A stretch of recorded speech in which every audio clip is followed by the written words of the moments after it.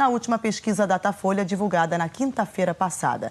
A ordem das entrevistas foi determinada em sorteio, com a presença dos representantes dos candidatos, e o entrevistado de hoje é Índio da Costa, do PSD. Nessas entrevistas, a gente trata dos temas marcantes de cada uma das candidaturas, questiona assuntos polêmicos e aborda a viabilidade de alguns pontos dos programas de governo. A entrevista vai ter 20 minutos, o mesmo tempo dado aos candidatos Antônio Garotinho, do PRP, e Tarcísio Mota, do PSOL. Comigo aqui no estúdio, você já sabe, Flávio Fachel. Bom dia, Fachel. Bom dia, Mariana. Bom dia, candidato. Bom dia, Fachel. candidato. Bom Obrigado dia, pela Mariana. presença aqui.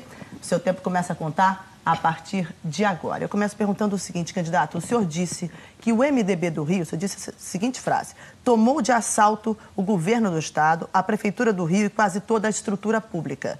Mas o senhor foi secretário do Ambiente no governo Cabral. O senhor saiu para se candidatar, mas deixou um substituto no governo Pezão. O senhor gosta de lembrar que foi o relator da lei da ficha limpa, mas fez parte de um governo do MDB que o Ministério Público Federal classificou como uma organização criminosa.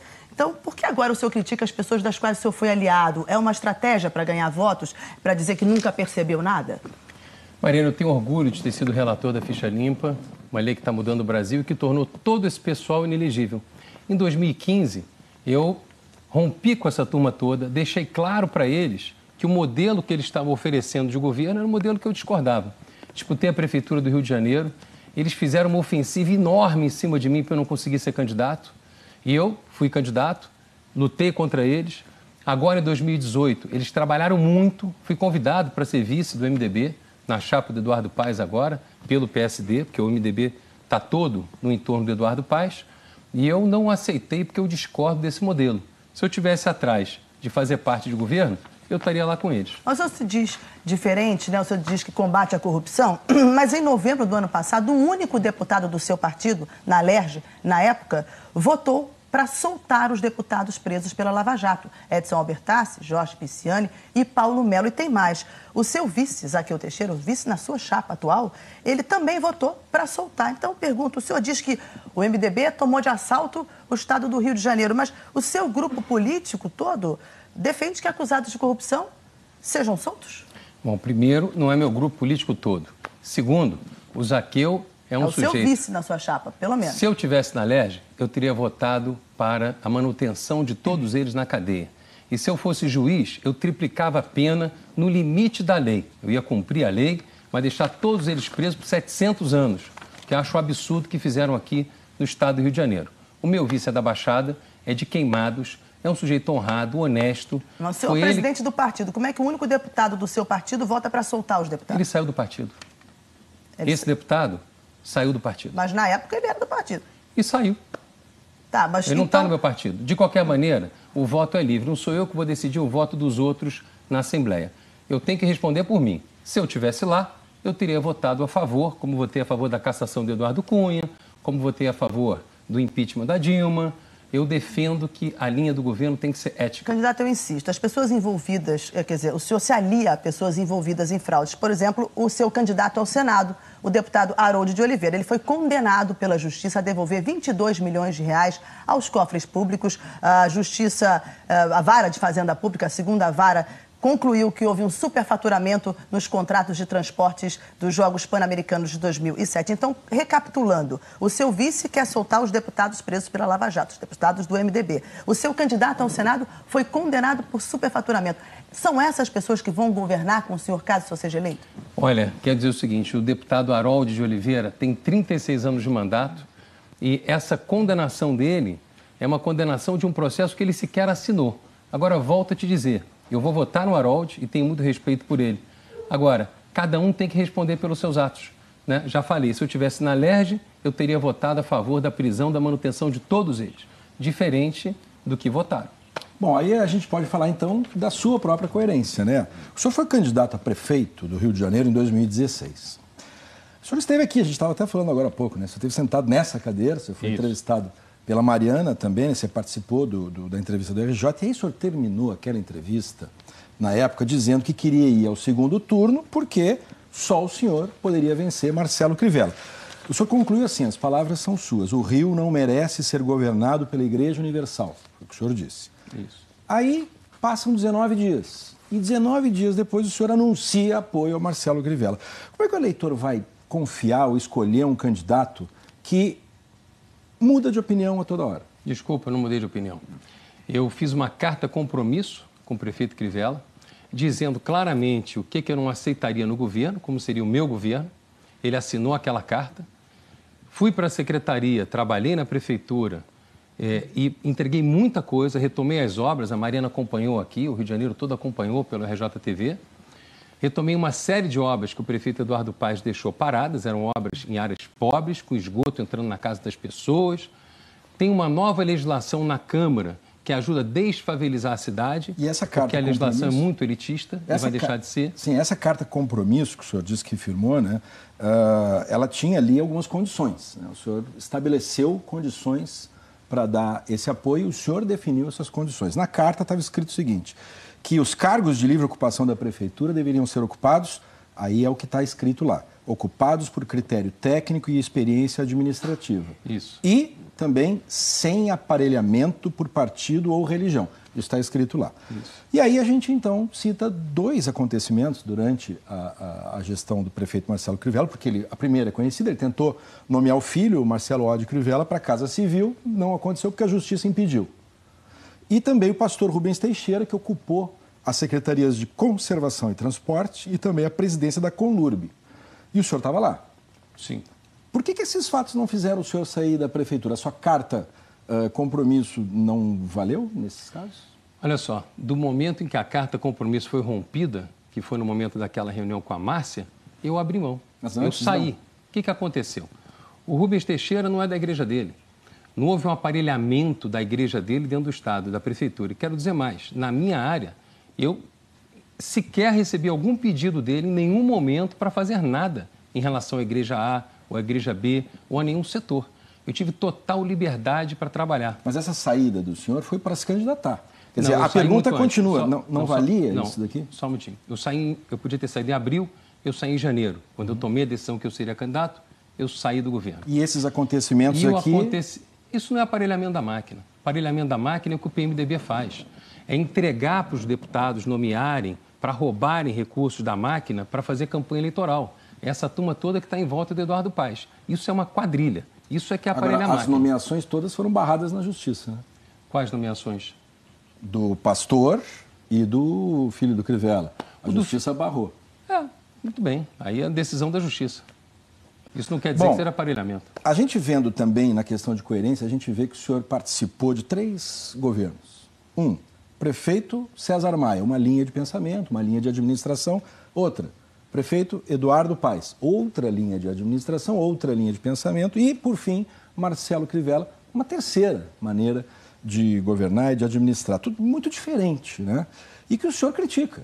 O senhor fez críticas para todos. Mas o senhor estava sempre lá. Isso não pode confundir, achar que, na cabeça do eleitor, pode achar que seja oportunismo, por exemplo? Rachel, eu e Eduardo Paes começamos com o César Maia. É a mesma linha de pensamento. Depois, Eduardo escolheu o crime, se juntou a essa estrutura criminosa que está aí. Eu não, só para deixar claro. Sempre que eu vim convidado para trabalhar em algum governo, no Estado, na Prefeitura, aqui no Rio de Janeiro, eu fui para o governo trabalhar. Eu não roubei, eu não deixei roubar. E quando, na minha área, trabalhei nos governos, entreguei muita coisa. E funcionou. Funcionou. Candidato, está escrito no seu programa de governo, a gente olhou lá, não negociar o interesse público em benefício próprio ou eleitoral. Então, eu preciso que o senhor esclareça para o eleitor agora. O senhor usou o helicóptero da Prefeitura 21 vezes enquanto secretário de Infraestrutura. O jornal Globo, inclusive, revelou que o prefeito Marcelo Crivella, o prefeito, usou apenas 4 vezes o helicóptero. No dia 22 de dezembro, o senhor saiu aqui da Lagoa, do heliponto da Lagoa, e foi em direção a Cabo Frio, na região dos Lagos, de helicóptero. Diz que se reuniu com secretários sobre um novo código de obras, mas nesse mesmo dia o senhor também participou de uma entrevista na rádio local, já como pré-candidato ao governo. Então, essas horas de voo que o senhor usou, gastou, foram pagas com dinheiro público. Eu pergunto, não dava para ir de carro, candidato? Não é verdade. Primeiro, não dava para ir de carro porque minha agenda estava intensa, lotada de coisas. Segundo, não teve nenhum custo para a Prefeitura. O helicóptero não é pago pela Prefeitura. Ele é troca da hora de... Candidato, não existe voo de helicóptero de graça. Existe, vou explicar como é que é.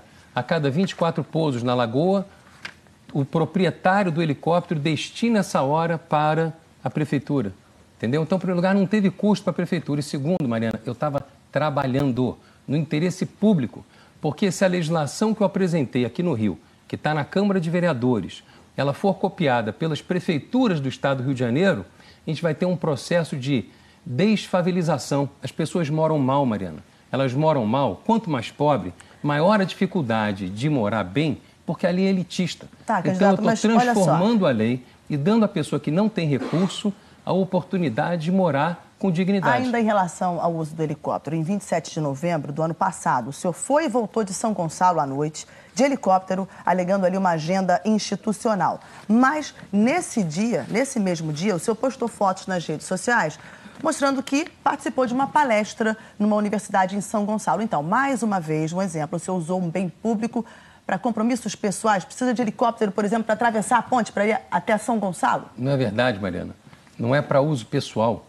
Eu estava levando conteúdo e debatendo com a sociedade o código. Eu montei, só para você entender, os prefeitos acham que a capital do Rio de Janeiro, ela, em geral, até hoje, né, ela está como se fosse uma ilha, ela é isolada. Eu criei, dentro da prefeitura, uma superintendência, só para você entender, da região metropolitana. E me relacionei como secretário com todas as prefeituras do entorno. Mas a gente está falando de horas de voo públicas, um bem público obtido em troca de permissão para uso comercial de um espaço público. Tanto que depois dessa história toda, o próprio prefeito Marcelo Crivella mudou ali as regras. Ele determinou que o helicóptero estaria à disposição da saúde para fazer o transporte de órgãos para transplante. É uma bobagem, já podia fazer antes, não precisava ter regrado isso. Mas quero só te dizer o seguinte, Mariana, eu usei o helicóptero, usaria de novo. Eu estava trabalhando, eu não estava passeando, então, não era para Então, já bem pessoal. vimos que tem um uso público mais nobre das horas do helicóptero do que as suas usadas. O banco de horas é enorme, pode usar quem quiser. Se precisar, pode usar, está à disposição. Candidato, o senhor é deputado federal, o senhor foi eleito com mais de 90 mil votos. Mas aí, enquanto o senhor esteve no mandato, a gente verificando lá a presença, né, então a gente vê que o senhor registrou uma média de faltas que chega a 30%, quase um terço das sessões que você deveria estar lá, o senhor deveria estar lá. E não é novidade, porque no primeiro mandato que o senhor teve, o senhor foi um dos deputados mais faltosos aqui do Rio de Janeiro. O senhor costuma dizer, né, que o senhor diz nas entrevistas, que só vai nas sessões quando é importante. O senhor fala isso. Mas aí, para o eleitor que escolhe um candidato, que deposita nele as esperanças de uma representação, que toda votação é importante, isso é muito caro ao eleitor a participação do deputado. Isso não pode parecer que o senhor está faltando com o compromisso que o eleitor lhe deu, porque o poder vem dele? Rachel, o poder vem dele. O Eduardo Cunha nunca faltou uma sessão. Sim, mas e o senhor? Era o deputado mais presente. No meu mandato passado, eu aprovei a lei da ficha limpa e faltei às sessões, viajando o Brasil, atrás de apoio para aprovar uma lei que tornou hoje o Eduardo Cunha, o Pisciani, o Sérgio Cabral, o Lula, tudo inelegível. A gente está falando a lei da ficha limpa. Desse mandato e nesse atual. mandato, eu vou falar agora o que eu estou lutando. É pela aprovação do Código de Defesa do Eleitor, que é simples assim. Prometeu na campanha e não cumpriu durante o mandato, fica proibido da reeleição. Mas aí o senhor não corre a continuidade da lei da ficha limpa. O senhor não corre o risco de ser atingido pela sua própria ideia? Porque olhando as faltas deste ano, entre as suas ausências, estão as da sessão de 11 de abril, ou das sessões de 11 de abril.